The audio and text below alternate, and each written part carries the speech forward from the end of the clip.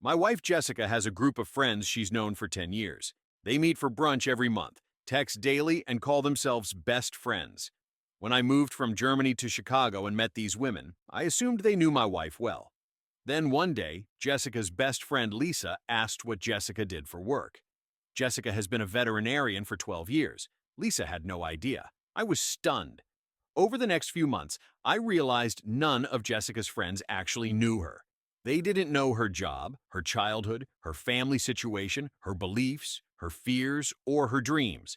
They knew surface facts like her favorite brunch spot and her coffee order, but nothing real. When I asked Jessica about this, she said that's just how American friendships work. You don't burden friends with real problems or deep conversations. You keep things light and fun. I said, those aren't friendships.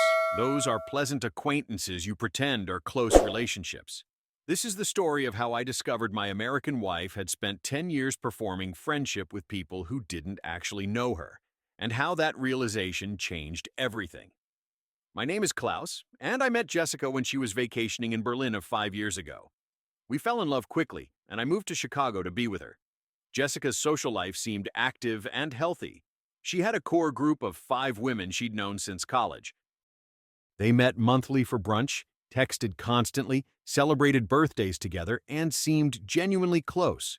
I was happy she had such strong friendships. The first sign something was off came at a dinner party Jessica hosted for her friends to meet me. I'm a mechanical engineer, and when someone asked what I did, Jessica answered before I could. She explained my work enthusiastically. Then I asked Lisa what she did for work. She said she was in marketing. I said, "Oh, like Jessica." Lisa looked confused. She said, "Jessica's in marketing?" Jessica laughed awkwardly and said, "No, I'm a vet. I've always been a vet."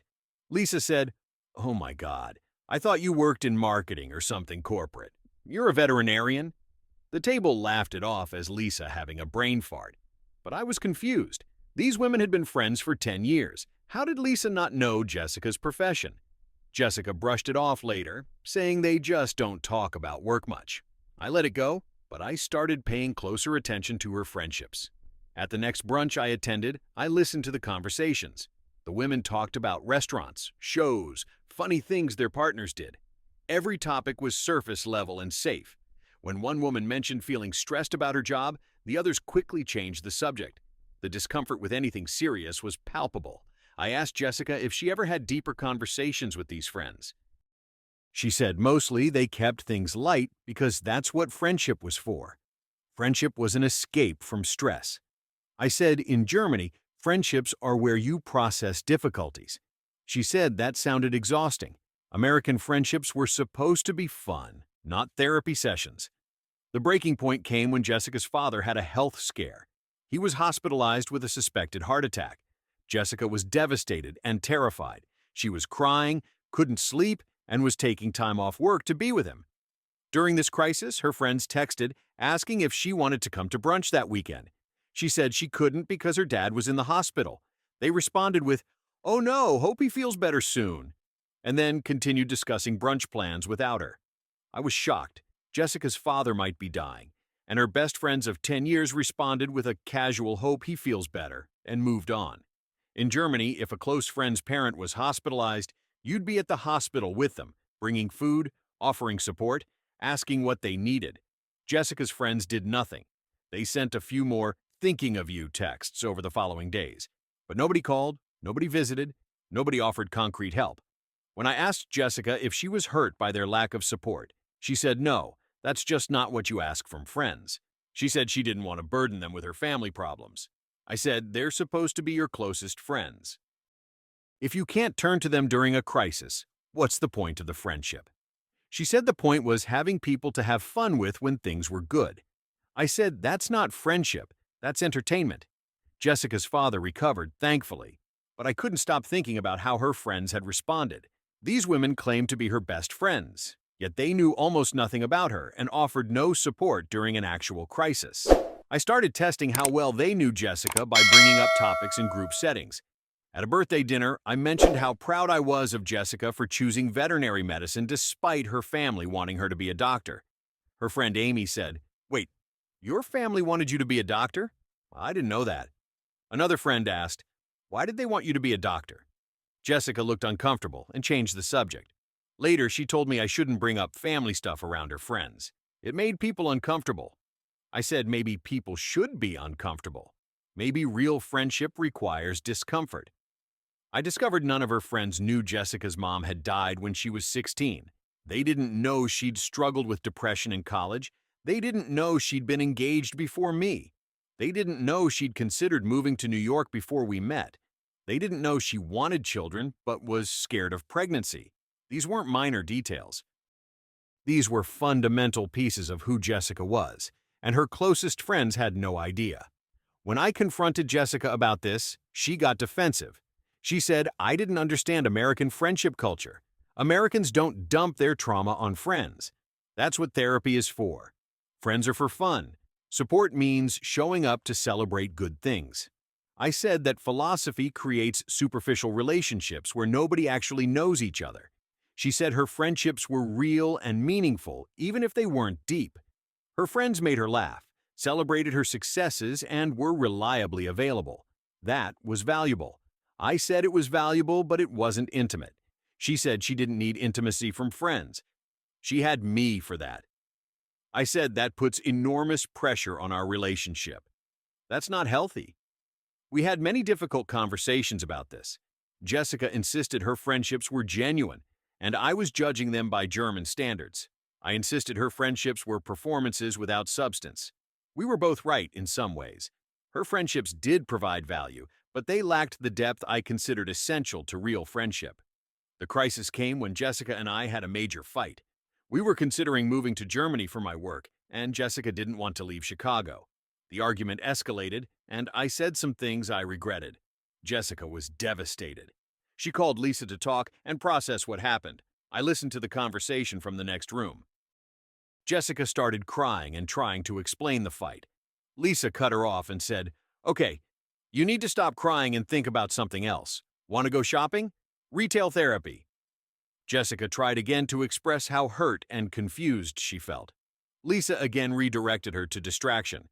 "Let's not dwell on this. Why don't you come over and we'll watch something funny?" Jessica gave up and accepted the invitation. When she came home, she seemed calmer, but the underlying issue was completely unprocessed. Lisa had offered distraction, not support. Entertainment, not help. I asked Jessica if Lisa had been helpful. She said yes. Lisa got her mind off things. I said, "But did Lisa help you process the fight or understand your feelings?" Jessica said that's not what she needed. She needed to stop thinking about it. I said, "Avoiding your feelings isn't processing them." She said, "Processing feelings is overrated and very European. Sometimes you just need to not think about hard things for a while." That difference in philosophy was at the heart of our cultural clash. I believed in facing difficult emotions, processing them through conversation with close friends, and working through problems rather than avoiding them. Jessica believed in compartmentalizing negative emotions, distracting yourself until they passed, and reserving deep emotional processing for therapy or romantic partners, not friends. Neither approach is objectively wrong, but they're incompatible. Jessica felt I was trying to make her friendships into something they weren't meant to be. I felt she was accepting superficial connections and calling them deep friendships. We were both frustrated with each other's inability to understand the other's perspective. The situation forced me to examine my own friendships. I had 3 close friends in Germany I'd known for 15 years. We talked regularly, shared our struggles, and knew each other deeply. But we rarely did fun activities together. Our friendships were built on emotional intimacy, not shared hobbies. Jessica thought they seemed heavy. I thought hers seemed shallow. We went to couples therapy to work through this issue. Our therapist helped us understand that both types of friendship serve different purposes. Jessica's friendships provided social connection and fun. Mine provided emotional depth and support. Neither was superior, just different. But the therapist also challenged Jessica on something important. She asked if Jessica ever felt lonely despite having many friends. Jessica admitted she did. She said sometimes she felt like nobody really knew her except me. She felt she had to perform happiness and success for her friends, and that performance was exhausting. She couldn't show up sad or struggling without people getting uncomfortable and trying to fix her mood rather than sit with her in the difficulty.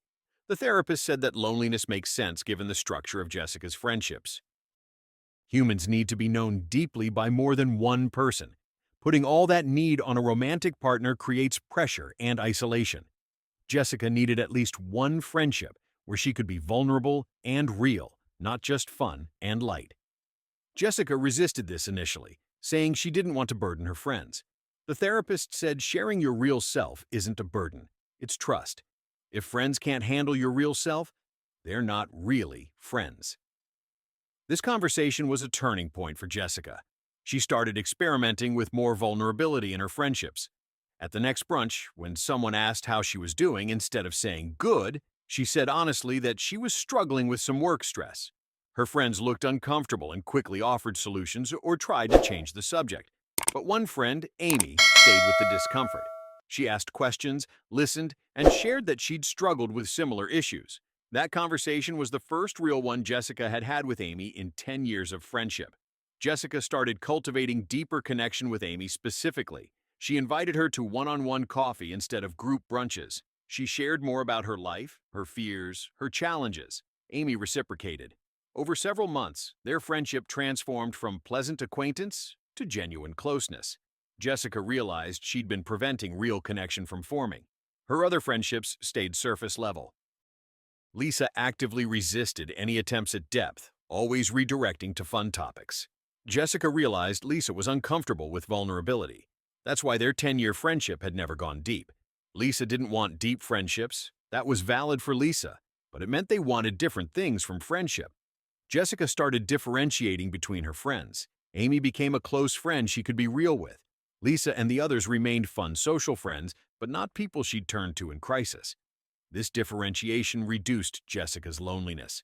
She no longer expected depth from friendships that were never going to provide it, and she invested more in the friendship with Amy that could handle vulnerability.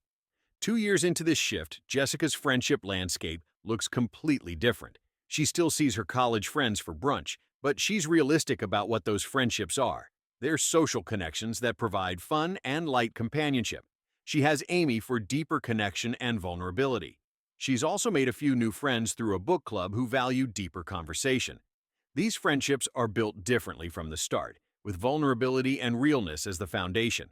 Jessica admits now that her college friendships were somewhat shallow, but she also defends them as having value. They've been consistently present for a decade, even if that presence is surface level. They celebrate her wins, show up to her events, and provide social connection. That's not nothing, even if it's not everything.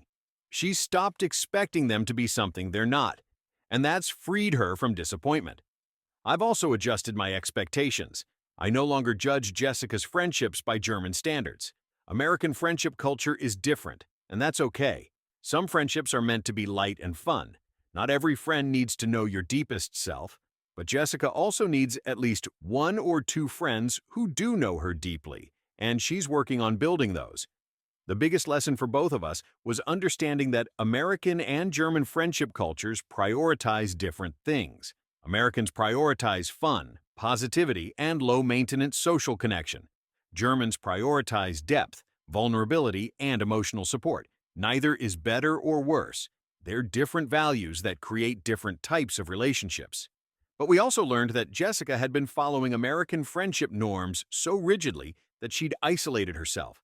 She thought being a good friend meant always being positive, never burdening others, and keeping things light. That philosophy prevented anyone from truly knowing her. She'd spent 10 years performing the role of fun, successful, happy friend while hiding her real self. That's not cultural difference. That's fear of vulnerability disguised as cultural norm. Jessica realized she'd been using American friendship culture as an excuse to avoid intimacy. Being vulnerable is scary. Sharing your struggles and fears opens you up to judgment and rejection. Keeping things light protects you from that risk, but it also prevents real connection. Jessica had chosen safety over intimacy for 10 years, and the result was loneliness despite many friendships. I learned that my German approach to friendship also has limitations. Expecting every friendship to be deep and emotionally intense is exhausting. Some friendships can and should be lighter. Not every person in your life needs to know everything about you.